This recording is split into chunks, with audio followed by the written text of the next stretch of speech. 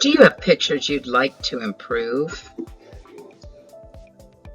Maybe you'd like to straighten a picture or crop it to show just what's important.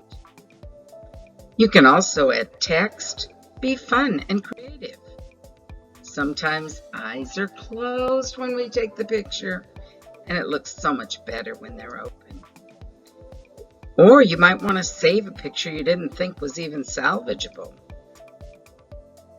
There's all sorts of things we can teach you in this class. You can make adjustments, add effects, textures, and frames. And the beauty of it is it's so quick and easy. And you'll be able to see your before picture and your after picture.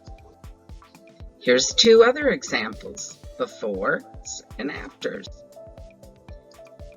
The class is this next Friday, January 29th at 1 p.m. Sign up in the Computer Club.